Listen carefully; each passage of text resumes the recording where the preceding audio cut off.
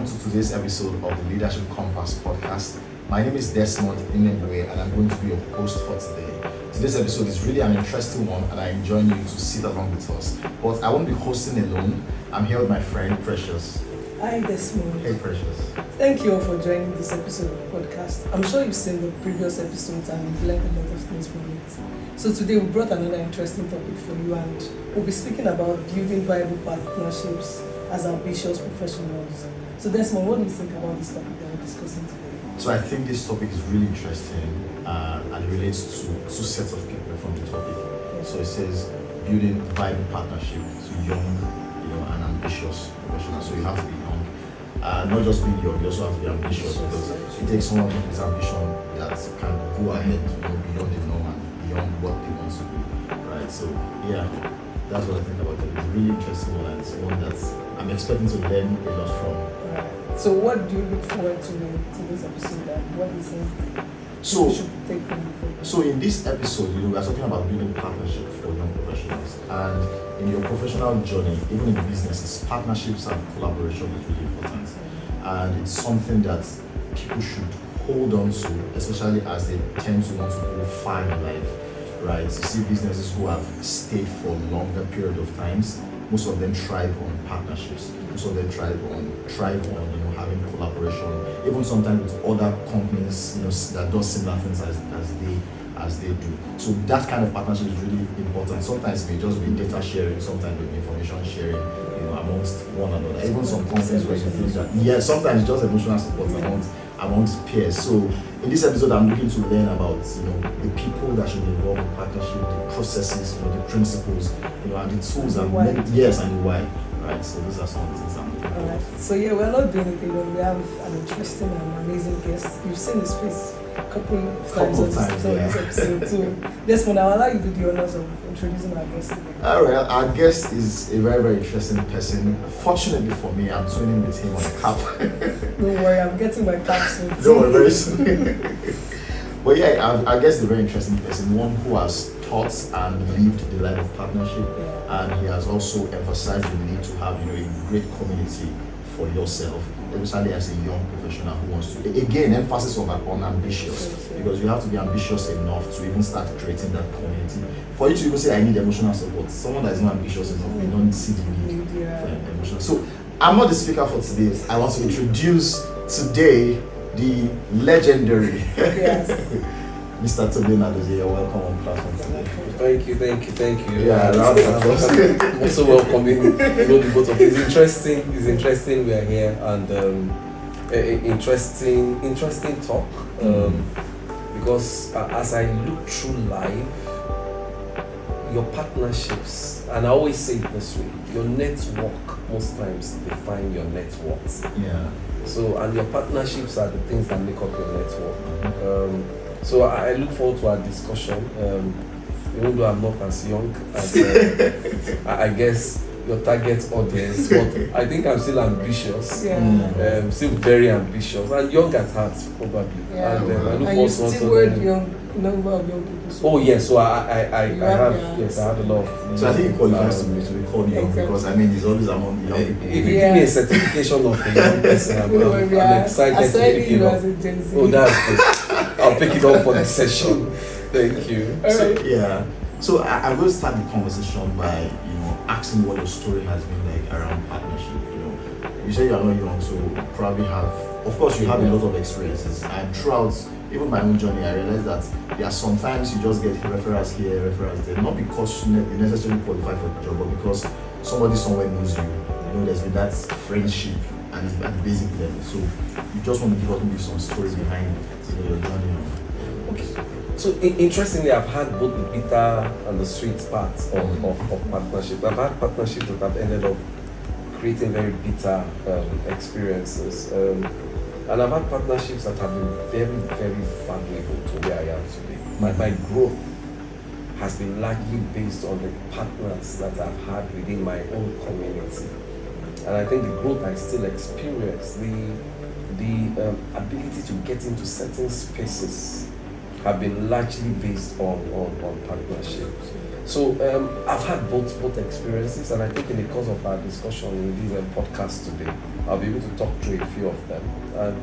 As a young person, I think one of the things which my father made me understand early enough was my father, before he passed on, he's been my mentor for years, both career and spiritual and all that thing. So one of the things he made me to understand from a very young age was the importance of having the right type of people around you. Mm-hmm. And I think one of the things my mother did to try and cement that goal which my father gave to every one of us was trying to be involved in the selection of our partners. And I've had some very funny experiences with my mother where in trying to make me, or in trying to enforce a partnership, she would go and introduce me to the person even before I get there. She even wanted to do it in the area of marriage because she just felt, see, we need to marry a very, very ambitious career person. And one day, next thing I just saw my mother coming with a young lady. And so mommy, I don't know if she listens to this, I don't know if she with them. She's in her late 70s, approaching 80s now. Wow. I'm sure if she hears this, she will still smile because I'm sure she will remember. She just comes to meet me and she's like, see, I don't want you to just marry any type of girl. I've introduced you to this lady, I won't call the lady's name. And she said, yes, I like her. She's very, very ambitious. Are you aware that she'll soon become a chartered accountant? This is her. And I'm like, hey, Bobby, how come you know about the profile of so person? She's spoken to the lady, she's asked her a couple of questions, and she's like, no. I don't want to go and marry somebody that, tomorrow, will be a liability. So I think I was opportune to have had parents who were very, very intentional about the right type of partners, and they were very, very accommodating of our partners. So we didn't need to go and create partnerships that were hiding, even as young people. Yeah. My parents encouraged our partners to come close, and it's helped. So right from a young age, right partners have been levers that has helped one gets to this place of ambition. Yeah, I think I can relate to that story because I really say that I'm a testament of the right type of partnerships. So the first time I heard the word viable and valuable partnerships, it was during one of your speeches and talk at an event. And I remember I started using that word so many times. So can you tell us what are the measures of viable partnerships to you? Like what would you say is a viable partnership? Thank you. So as you talk about viable partnership, let's just talk about 4 things for me. Number 1 is the integrity of the partnership. You need to be able to tell yourself the truth. If you are partners and you cannot tell yourself the truth, then there's a challenge in the partnership. It's not a viable partnership. The second thing is in the intentionality of the partners. So as partners, if both of you are not willing and excited about making the other person better, you may tell each other the truth, but you may not be intentional about telling each other what will make the other person better. You can hurt each other by telling yourself the truth, but is there an intentional pathway to making sure that everybody at the end of the day gets better out of it? Avoid parasitic relationships because they are not viable. Number 3 for me is improving each other. So what is improvement? Improvement is every day I am present in your life. Have I moved you forward than you were yesterday? And the 4th thing for me, a viable relationship or partnership is about the impact of the partnership. If I can go on a solo run and achieve something, and your presence in my life will not make me achieve multiples, then your presence is not necessary. Because if 1 + 1 will eventually give us 2, it's not a viable partnership. In viable partnership, 1 + 1 should give anything else above 2. The sum of our efforts and resources coming together in a viable partnership will give more than the sum of our efforts if we were different. So a viable partnership enables you to deliver in multiples what you would have delivered if you were going singly. So those 4 things are important for me. Number 1, the integrity. Number 2, the intentionality of the relationship. Number 3, making sure there is improvement. Number 4 is the impact of the partnership. The first 3 talk to the individuals in the partnership. The 4th one talks about the ability of that union to give the right type of results. That's what a viable partnership is. Yeah, I agree. And you said you talked about 4 things. So to my audience who wonder why I'm holding a pen, because Listen, I already started. I'm picking up my pen too. Okay, please do pick up your pen, and I encourage you to pick up your pen as you're listening to this, because you surely get value. I'm sure you're already getting value to this. So my immediate next question would be how you intend to balance up these principles, because now we are considering the person, right? And we've talked about integrity, we talked about intentionality, we talked about improving, right? The person improving you, and some of these things you may not even really see them until you get into that partnership, into the relationship. So how do you balance these things up, right? Getting saying that, oh, how do I know this person has integrity? Of course, you can know if someone has integrity by just, the way the person behaves, the way the person says certain things. You can tell that, oh, this person looks like someone who has integrity. But getting to is this person intentional enough? Can this person add value to me, improve my life? How do you measure all of these things and then balance them up in picking your partner or picking someone who you want to say, okay, you can be my partner, you can be my friend. Okay, so some of these things are subjective in the measurement. So it may be difficult for me to give like a very, very answer. But I think the first thing is integrity. The truth is, if you tell me the truth and I tell you the truth, we will both know at the end of the day, in a couple of weeks, whether we are having integrity. The trust factor is a very, very major critical part of every partnership.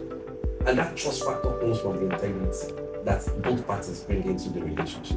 See, the truth is, I know what I'm doing when I'm doing something bad. If you don't tell me I'm doing something bad and you flower it up, I know you are not telling me the truth. It's either there is something you are getting from me that you don't want to lose. That's why you are not saying the truth. If you hurt me, I know you are hurting me and you know you are hurting me. I may not know immediately that you are hurting me. At the end of the day, see, our integrity is like, it's like a chameleon.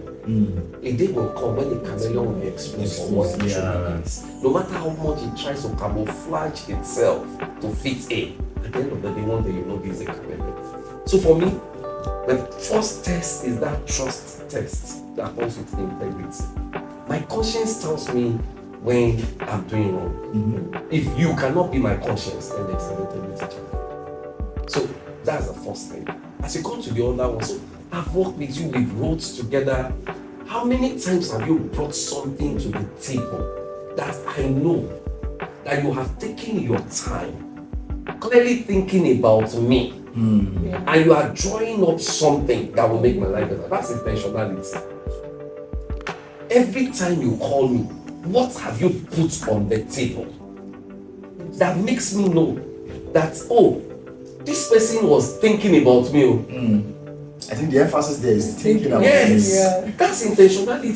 Intentionality is not that you just see me and a breeze passes you and you are saying something. It's you've gone through a thought process. And after you've gone through that thought process, you've made certain efforts on your own. Either you are researching, you are asking questions, you are helping me to see the opportunities lie for me, and you are bringing everything to the table. The truth is, we lie to ourselves a lot in partnerships as it relates to this intentionality.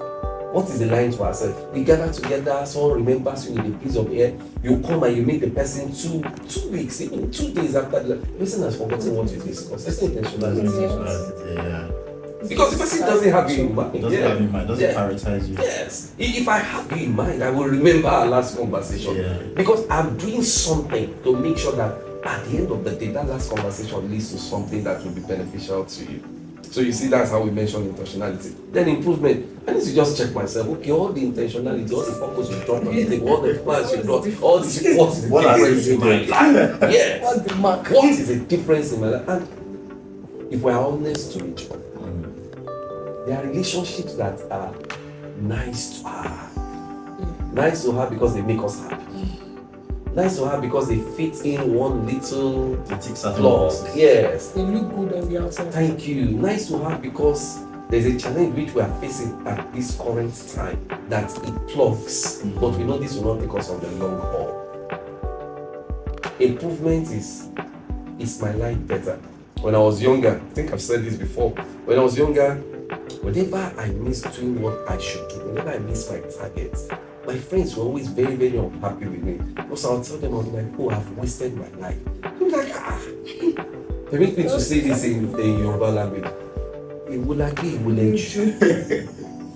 are you talking about your life? You just miss going to class to read. You just slept up extra.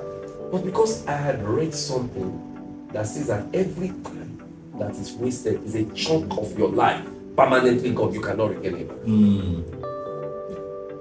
So improvement is checking to see that these are our partnership. Yes, what does it mean to me? Because it's not wasting my life. It's not wasting my life. What can I write that have benefited from our partnership? What can I write that have contributed to your life with a partnership? Or are you just, like a wall where you throw water and the water rolls back? Because every time I try to improve your life, you are not ready to move. You are not ambitious, which is why it's very important. Like must move with like. Yeah, true. You may be very ambitious and be moving with someone who is not ambitious. It's draining because all your contributions that you are putting on the table, the person will not improve. At the end of the day, no matter how far you go, the energy you should have used to accelerate, you use it to pull this person forward. I think I want to pick up from where you said like and like should attract. Yeah. So there's always this myth that two people that are very powerful or are very ambitious, they should not really work together because there might be this power tussle that at some point. So how do you think people should manage? So because of that, I'm like, I'd rather pick someone that is still growing, but let me be the very ambitious person. So sometimes people make that choice when they are trying to be a partner. So how do you think people should balance that? Patience, which is where that intentionality comes in. The truth is, I'd rather work with a powerful person. Some people think that they will have breaking. They may have like longer So, yeah. Now, if you are intentional about each other and genuine about each other, this sky is so wide for everybody to follow. It's not even that. It's not, no, some That is why intentionality becomes a problem. yeah, So yeah. where someone has inferiority complex, where someone has this clan mentality is our own. We must not go beyond me. Or where someone has this dominant tendency that I always want to be ahead. And you see, one thing I've realized in life, there's nobody who can be ahead in everything. Mention one person, no. That is immortal in human flesh. You may be richer than I am. But guess what? You cannot be as street smart as I am. You may be richer and more street smart than I am, but guess what? When you come into some other realms, you may not be able to operate in those realms like I do. You get what I mean? You may have everything money can buy, but you live a life of worry and fear. I may not have as much as you do, but I can get into the market and work because I'm not afraid of anything.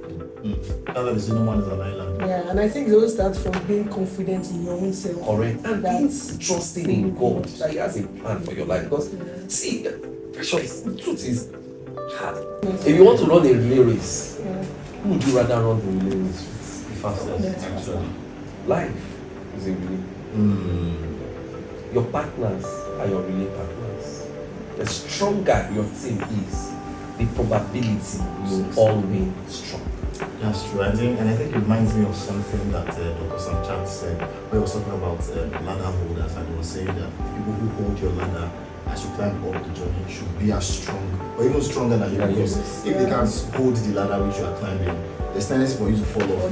So yeah, I think I really agree with that. But then I want to now ask a question again on trying to balance things up, right? How then do we now balance the partnership such that, I don't want to be too transactional, saying, okay, this for that, and all that. And at the same time, I don't just want to be too emotional. Exactly. So, the truth is, you may not know everything from the beginning, but in every relationship, appraise your partnership as time goes and weigh the viability of the partnership. If it's not working for you, it's better to step back. You need to wait, you need to check to see, you need to be able to measure your growth from the partner. If it's not working for you, see, it's better you sometimes run alone than run with some partners. I just need to be honest with you. So, in trying to determine whether this is working or not, you check your life, you check what have you achieved. See, I've had partners that, they make me to dream more. They make me to take a risk, and they are there with me as I take the risk to hold me. I've had partners that when they see opportunities, a partner does not necessarily mean an associate that you meet every day. A partner is somebody that you have a sense of purpose and a direction with in achieving certain things. So for me, I think you just have to check as time goes on. Wait, they are buying partnerships. You will feel the impact in your life. I I think also this to speak to the fact that your partner does not necessarily have to be your age mate. Correct. It can be someone that is higher than you, can be. So I think Someone older or even yeah, someone older, younger. yeah. So I think our generation actually. So I was having a conversation with someone recently, and she was like, she's not sure about being vulnerable to people, that she's holding back from building friendships and everything, and she'd just rather watch from afar. And I was trying to tell her that, oh, you need people actually, that as much as you might think you can unhold yourself to where you want to get to, you get to a point where you need to actually speak to people. So like, I think some people actually could be based off of their past experiences with people, and they've been hurt, so I was vulnerable with this person, and then the person didn't. So how do we like help those kind of people? Because it's common among our gens that like, I'd rather just be on my own. We can all be flocking together when it's time for an event, When it's but time to after show, that, snap pictures, and mind my photographs and all business. that. So yeah, how do you speak to those kind of person? And before you answer, Yeah. sorry, before you answer, I used to have, some friendships like that, and it got to a point that I just said, I don't want to just be the, or when it's time to go out, we can go out together, when it's time to snap picture. I really need to have some Intentional, value, yeah, like some exactly. intentional growth and progress. And let me use your words like you have put it correctly, integrity and intentionality, and some improvement being seen in my life. So it is really something that I think is important, especially to younger folks and to those Gen Z people, because you see some people who just says, I prefer to stay alone, or I just want to be myself. In fact, I was working with somebody one time, and his WhatsApp and what was the stuff now? Bio or something was resist the urge to message me or something. So he just prefers to just, and we see a lot of people like that. Maybe past experiences or something. But how do we just handle all of those? So, without burning bridges, I don't know if it's Yeah. possible. well, I'm not. Some bridges, I think, Or some they're bridges meant might to be be burned, burnt. yeah. So the truth is, I read something about a month ago, about 1.5 months ago, and it says a scorpion is a scorpion. A scorpion bites. Petting a scorpion does not mean the scorpion will not bite. Because a scorpion is created to sting to death. And that's the truth about partnerships. There are people who are scorpions. It is in their nature to sting to death. They may be with you, you may pet them, but no matter what you do to a scorpion, eventually that scorpion, if you are not careful, will sting you to death. So the truth is, it's not everybody you can build a viable partnership with. It's not everybody you can be vulnerable to. You just cannot.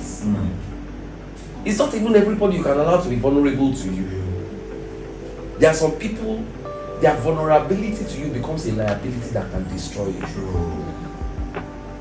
You see that a lot in movies where you hear some things you're not supposed to hear. Yes. And You're then carrying maybe a weight FBI that or you something It's not comes to yours. you. And I'll give you, I've had partners that want to make you feel overloaded with their problem. I've had cases where people would be, the other day, some people came to come and meet me, you didn't pick our call, you didn't do this person that died is you that caused it. Oh, okay, can you imagine? You want me to help you?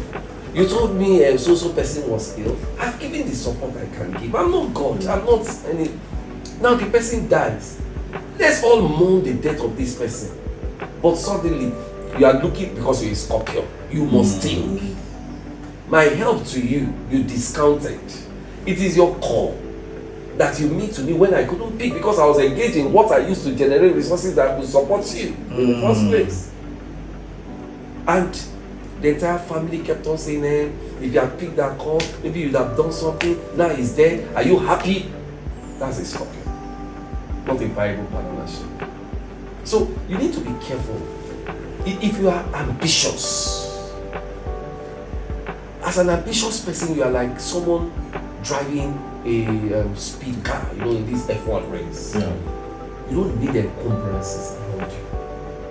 You don't need to get to where you would change the tires of your car. Yeah. And somebody delays. If it's going to be changed in 0.2 seconds, every partner on your watch, as an ambitious young professional, has to be able to align to your speed, your goal, and be able to focus on your focus. So for me, the truth is this: it's not everybody you can be vulnerable to, and it's not everybody you should allow to be vulnerable to you. I had a case where there's somebody who, is, had been a friend, a partner. The family had been friends and partners for a while. But I knew it was time to cut off that partnership when something happened. So, life happens. We grew up together and we had challenges when we were growing up. So, we were bonded by the challenges we faced. So, as life came, we all started becoming successful. They will come and see me. We all laugh together, go out, send money to them. Something happened. She lost her father-in-law. And so when she lost her father-in-law and sent a message to me, I was not as financially buoyant as I typically could be. So I sent her some money. The next message she sent to me was a determinant that this was not a viable. I enjoyed her company with that of her husband and her children. We're all family friends. We've grown up together and everything, but I knew it wasn't a viable partnership. Her message was that, is this all you can send to me? Wow. And I think we also need to talk about entitlement mentality. Yeah. Avoid partners that have this entitlement mentality, that forget that partnership is about everybody bringing something to the table. Yeah. You can have someone as an associate but not a partner. They are different things. An associate, someone that you can talk to once in a while. But a partner is someone that your goals are aligned, your targets are aligned, your focus is aligned. Someone that can help you speed. I've suffered as it relates to partnerships. Yeah. So that's why it's good to have good partners. Because when some people are trying to sting you to death, it's your good partners that bring you back to life. Because those trying to sting you to death, they don't care about your death. When they are done with you, they go to the next target. I think so. For me, I would like to just continue from my stuff. That you think it's right to compartmentalize your partners. Correct. So Especially ladies are very good in doing that. Actually. Men are a little bit. Ladies can put people in their places. Yes, they are multitasking. Correct. Men are not that good in that, but I think it is a very good thing. I'm trying to learn it because I'm not good at it. All right, so as we continue our discourse around partnership, and I would say to the audience that I hope you are still with us. I hope you're enjoying the conversation, and I hope you are taking notes as much as possible. I just want to talk about to the audience right now, right? What advice would you give to someone who's trying to look for partnership? I know we've talked about integrity, but for someone who's just starting out, a young ambitious person, maybe he wants to even grow his career or is just trying to move to the next level in his career or her career. What advice would you give to that person? Say, okay, these are practical tips or these are practical steps you need to take, to be able to build solid partnership with your peers and with people who are ahead of you. And I would like to add to that because in this generation where it's as if people are masking their real selves. Yes. So you might think, you've seen the characteristics and it's when you invented this, you're like, this is not what I thought you were. So is there a particular criteria that you use to judge the people that you would like to partner with, or you just go with the flow and say, I see this, so let's see how it goes. Or is from the jump, if you are not meeting this criteria, please be on your own. Yeah. So number one, define what you want. It's important to define what you want, and I think, like you said earlier on, Precious. I think when Desmond was trying to ask a question, in your compartmentalizing people, I hope I got the right thing. That's fine. It's borrowed language. Yeah. So you're putting people in different compartments. You need to define what you want. Define what you want and be very, very clear about what you want. Undefined partnerships hurts both partners most times at the end of the day because it creates undue aspirations that may not be met. So define what you want in a partnership. Number two is dare to go for who you want. And when I say dare to go for who you want, it's everybody that can be your partner. When you see what you think can help you, at least the highest you will get is a no. Go for it. Go for it. Many people end up with second-rated, third-rated, fourth-rated because they see who is first-rated, they are not ready to go. Yeah. They have this fear that, this person is high up there, so... See, the highest you can get is a no. And most times, if you are properly defined what you want, and you're not going there to be a parasite, you're also thinking of what value you can add to the person. At the end of the day, even if you won't get a full vote, you get a sympathy vote. That means the person will tell you, I'm sorry, I may not be fully available, He's a busy That's what person. I can. But That's what- anytime I can, just come and I will get you along. That ability to dare to move is critical. Then the third thing is develop your partnerships. And when I say develop your partnership, you understand WIP, work in progress, right? So everybody is a WIP, everybody, as long as you're on this side of it. And it's, so if you are my partner, don't just wait for me to improve you. Do something to improve my life. Father. Yes, bring some value on the table. That's what creates valuable partnerships. Put something on the table and see your ability to think through the value that will make sense to me is part of the process of the intentionality we're speaking about. Yeah, the thoughts around it. Yes, so you have to put something on the table. And the fourth thing which I would say, and this is very, very funny, know when to call it quits. So you believe in criticism? Because every relationship falls into two categories. There are tactical relationship or partnership, and there are strategic relationships. Strategic relationships can be lifelong or let's say process long, or or transactional long. It's for this particular thing, it's for this particular career, or it's for so strategic relationship are more, but tactical relationship are short-term relationship. You're coming into my life, I know that. See, let me give an example. I'm going to Lagos Island, and I live at Bagada. You're also going to Lagos Island, you live at Bagada. Our relationship is just okay. I enter your car, drop me. After that, by the time you start calling me by 10 p.m., you have gone beyond the boundaries of our partnership, because it's a transactional, tactical partnership. It's just for the moment. When I'm inside the car, we can do all the conversation. But when I'm outside the car, especially when there's nothing that brings us together, you are important to me. Especially if maybe I contribute money to your fuel because we are doing carpooling or something. You get me? Those are tactical relationships. In the place of work, we have a project we are doing. I really don't like you, but we have to do the project together. So in doing the project together, it's tactical partnership. I partner with you to do the project. When we are done with the project, you come and because your presence in my life is not giving me peace. But because of the project, I need the peace for the duration of the project to succeed in the project. So bring your peace for the duration of the project. At the end of that, it's a tactical partnership. Let's end it. Know when to call it quits. Interesting. Know when to end partnership, because if you don't end partnerships when you should end partnership, at the end of the day, you just find out that you are going and gathering a lot of debts and rubbish that at the end of the day will just destroy your resolve and ability to keep fighting. Okay, so for me, I want to speak to two things. The first thing, like you said, offer value. I think I got so many mentors based on what value I've offered to them. Like me? Yeah, yes, exactly. No, I'm not a mentor, but please. Let's not stay here. So another thing is the part of, so I want us to bring balance to it, because my generation, as much as we want to cut, we should know when to cut people off.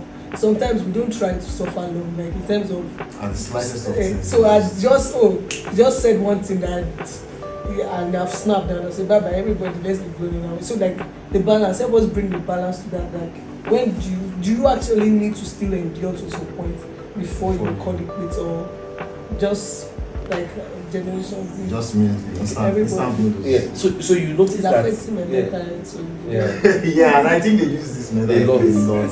Yeah, and then I think to add to the question is how do we now bring in boundaries? Because like you were saying, we are going to work together. We go with the car, we are carpooling, and then our relationship ends there. Everything outside of this, that's the end. Creating of boundaries too. How does it also impact being a viable relationship? Okay, so let me first talk about staying in a partnership to achieve the goal. You notice when I define those things, defining what you want in the relationship, daring to go, developing. The process of defining and daring would show your ability to persevere. Because in defining the right type of things you want to achieve from a partnership, you do what you want. If you've not achieved that which you want, and there is the probability or possibility, higher probability or possibility of you achieving, then you have to persevere. So cutting it is that I have achieved my goal, or it's a hopeless partnership. And the truth is, when you are developing partnership, you pay the price. I think that's where the problem lies. Most people do not want to pay the price, or they don't have the bandwidth enough. They just want like instant news, fast food. You have to pay the price. See, let me give you an example. You have to pay the price. You have to pay the price. And you see, the truth is, nowadays everybody wants to rejoice with you and wants to associate with you. Certain has many children. They don't remember the price you had to pay. Yes. One of my mentors today, I know what it took for him to mentor me. Sometimes I would go to his place, he would leave me at the security point. But I knew that at that point in my life, the gateway to the corporate world, it was the easiest route for me, but it was a very tough route. All the other routes, I graduated, by the time I finished service, I had gone beyond the age at which financial institutions were hiring people. So I wasn't going to be able to get a job easily. But here is somebody who said, okay, in our own place, because it's a foreign bank, we don't have this age something. But to see him was difficult.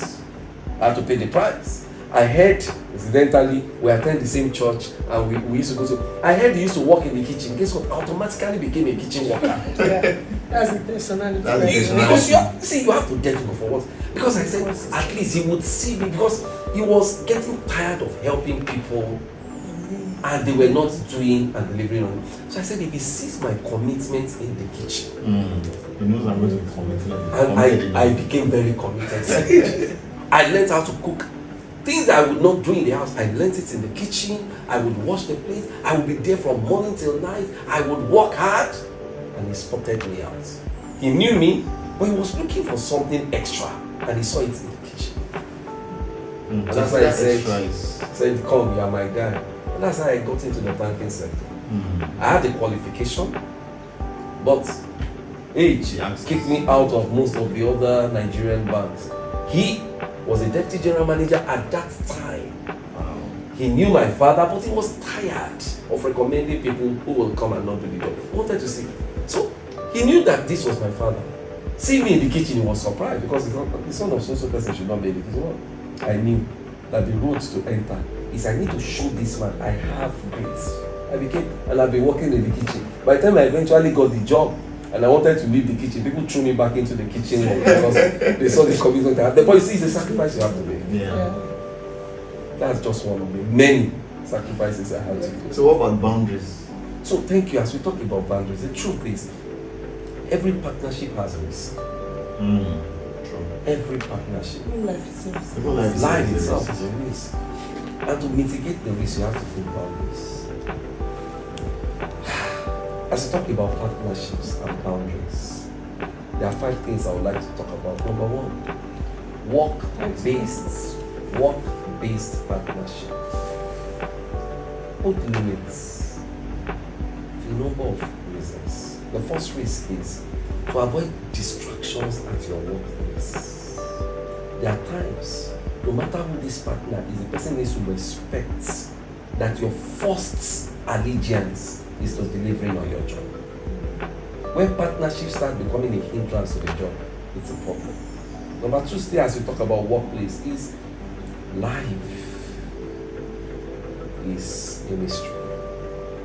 Don't go into partnership that when at the end of the day, for any reason, you are going ahead of your so-called partner, that partner becomes a stumbling block or a challenge or somebody that frustrates your new growth. A clog in your wheels. So as you have partnerships in the workplace, define the partnership, put boundaries that, there are certain things you shouldn't get into. It's not everybody that should know your salary. It's not everybody that should know your bonus. Something happened some years back. I was living in Guaranty Trust Bank and we're going to FCMB. And I had some friends, we had come together in Guaranty Trust Bank. In fact, from Diamond to Guaranty Trust Bank. And we're going to FCMB together. And I did not define boundaries. And when we did the interview, I did not know that the executive that did the final interview wanted me much more than he wanted them. were about 4 moving from Guaranteed Trust Bank to FCMB then. But they needed my skill set more than theirs. But they had hired them before they got in touch with me. So he retained them, he gave them a pay, and they gave me a special pay. In FCMB then, they gave me a special pay, they call it LA level then. So they gave me a special pay, and at that time, this is almost about 17 years ago, or thereabout, or 18 years ago, they gave me almost like $1 million more than them, even though we are on the same level. Wow.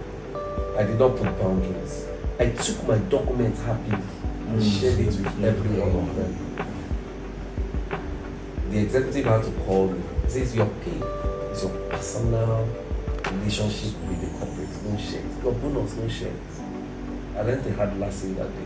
Because at the end of the day, he now said, oh, when he came up and they all said, why is he earning more than us? We're all earning the same thing in Guaranteed Trust Bank. We're all the same level in Guaranteed Trust Bank. HR said it was an error. So they had to bring mine to their own level. Until the executive called me and said, no, it wasn't an error. We wanted you because of this particular role. So put boundaries because you don't know tomorrow. Number 2 is family-based relationship. Put boundaries. Families most times can become soak pots that will drain you and keep squeezing because of the entitlement mentality that families have. So be careful. Be careful to you see, the fact that we all came from the same roots doesn't mean that we will all get to the same heights. True. We are not the same. And the fact that one person has accelerated today doesn't mean that that person will keep accelerating all through our journey. So be careful as we go into family-based partnership that one cousin or the other is not trying to define your growth by their own growth. Yeah. I like this part. You must go this part. Thank you. The third, fourth partner is gender-based partnership. Be careful. Women are naturally more emotional than men. And see what you like. Men are easily more vulnerable to nice women in their lives. So you find out that there are challenges that will come up. So you need to be careful so that you put boundaries so that you don't end up destroying each other on a partnership that will ultimately. And women naturally, as we talk about gender, women are possessive by nature. So very, very possessive by nature. So you find out that the fact that you are close to this person wants to now define how close you can get to any other person, especially if it's a viable partnership. I'm not talking about your spouse now. I'm talking about a partner, maybe in the course of a business. The person suddenly wants to define your life. No, you shouldn't talk to this person. Why? No, I know this person. The way this person is talking, if this person comes in now, this person will distract you. Meanwhile, because she's trying to protect you, this person comes in. So you need to be careful. So because women are naturally protective and possessive by nature, you have to put boundaries. Boundaries so that you don't get hurt.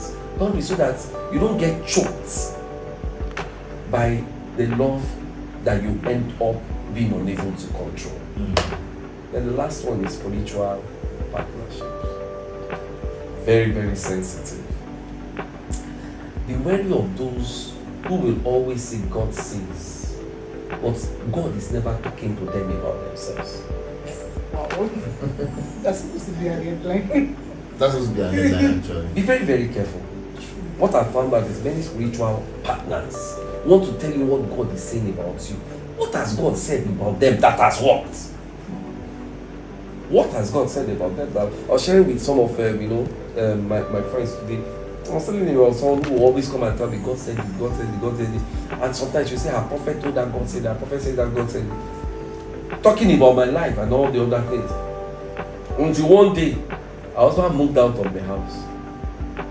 And when the husband moved out of the house, she went to meet the prophet. Prophet, you say my husband is going to be married to me for life. You said if I do this prayer, he's going to. My husband has left. And the prophet said, no, it's because you are not understanding my revelations. Before our eyes could open, her husband had moved on to go and marry someone else. Wow. Now, she's without her husband, taking care of her kids alone. Because The prophet who is telling you God said this, look at his life himself. What has God said about him that has happened? So be wary in spiritual relationship about those who act too spiritual that they have ceased being human. Thank you. Let me not talk more than that. You've said it not. You said a lot, actually. I think we're getting feedback from our studio people that it's time to wrap up. All right, so as we try to wrap this up, right, I just want to ask like a very, very funny and interesting question. I don't know if you're going to be able to answer this question, but if partnerships were animals, what would yours be and why? I think I'll be a gay. Okay, why?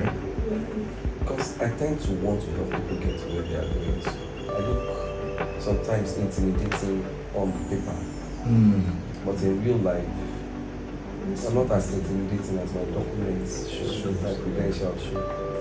Oh, wow. And I think I would like to ask you a question because this is the flip side where people are trying to become your partner, and you're also being cautious and guarding your space and everything. But then they are like, oh, if you go and meet her now, she will not answer you because she already has her own clique and all of that. So like, how do you balance it that you still want to kind of help, but you see that their journey and yours is not aligned. But then you also don't want to offend them by saying, oh, I'm not doing it. Precious. I always tell people, I'll say, if Jesus Christ himself had inner circle, who am I? Well, Jesus had inner circle. Actually, There were 12 disciples. yeah. true, actually. Apart from the 12 disciples, there were the 70 that went out on evangelism. Apart from the 70 that went out from evangelism, there were the thousands that came to hear him speak. And everybody wanted to be associated with Jesus. Even amongst the 12, he still had his own. That's the inner circle. Among the 12, he had the 3 that if he's going to the Mount of Transfiguration, he said, I cannot go with Judas. Judas will not understand what I want to do at the Mount of Transfiguration. And these 3 stood with him to the last time. Even when one had a hiccup, Peter, he still bounced back. Yeah. See, if Jesus could have inner circle, how many people were in his inner circle? 3. Even Jesus. Let me not talk too much. So I also have the inner circle. Because it's that inner circle that will hold you down and hold you up. When all those prognosers or all those people who present a case beyond who they actually are because they want to get in, and when they get in and they try to destroy you, it's your inner circle that holds you strong. If you don't have a strong inner circle, see, you will have challenges in life. Because people will deceive you. See, because you are human, deceivers will penetrate. True. But your inner circle will preserve you. Have your inner circle. So Jesus Christ had, hey, I'm following in his footsteps. So let me go and look for my own inner circle. Yeah, please get your inner circle. Are you sure you don't have one? At least I know 2 people in his inner circle. At least I know this one. Precious too, I know. Okay, that's true. I just know one person in your inner circle. I don't even know if that person is inner circle. So Yeah, I'm going to do inner circle. Precious inner circle is probably more expensive to get Oh, into. wow. The subscription plans are really expensive. Yeah. All right, so I think that will bring us to the end of this episode. Yeah, we've had an interesting one. Yes, right. What's your take on for this, Precious? Like, for me, it's this last thing that you can have an inner circle because at some point I used to feel guilty when people are like trying to get involved. I'm not seeing it, and I'm like, I can do what I can for you, but I cannot bring you into this close or to this level of relationship that you have. So yeah, I think for me that's one of it, and also the fact that compartmentalizing your friends is also very important too, and your partnerships. Yeah, let this person be for this and all of that. So yeah. So I think for me, it's that you need to weigh the viability of your partnership. True. Just like you said about compartmentalizing, right? I think weighing the viability helps you to have compartmentalizing. Say, okay, what value does this person bring in? How much of integrity does this person have? And then use that to now say, okay, like a scoring mechanism of some sort to say, okay, let me put you in this class or class This is A. what this Like is you band, like you electric band A, band B. I can give you 24 hours, or this one I can give you maybe 12 hours access. Yeah. All right, so we've learned a lot in this episode. We've talked about integrity, intentionality, improving one another, Yeah. impact, Yeah. it's really been amazing. And I want to thank our guest today Thank for you. this amazing session. Thank you. And I want to say to our viewers, as you are maybe going to rewatch this, I want you to always is a continuous thing to weigh the viability of your partnership. And it's not just enough to even have the right partner. Be the right partner. Exactly. Yeah. It So starts from you. it starts from you. Yeah. So thank you for being on this episode. Yeah. My friend and I are saying bye bye for now. And See you in the next one. Yes, see you next one. Bye.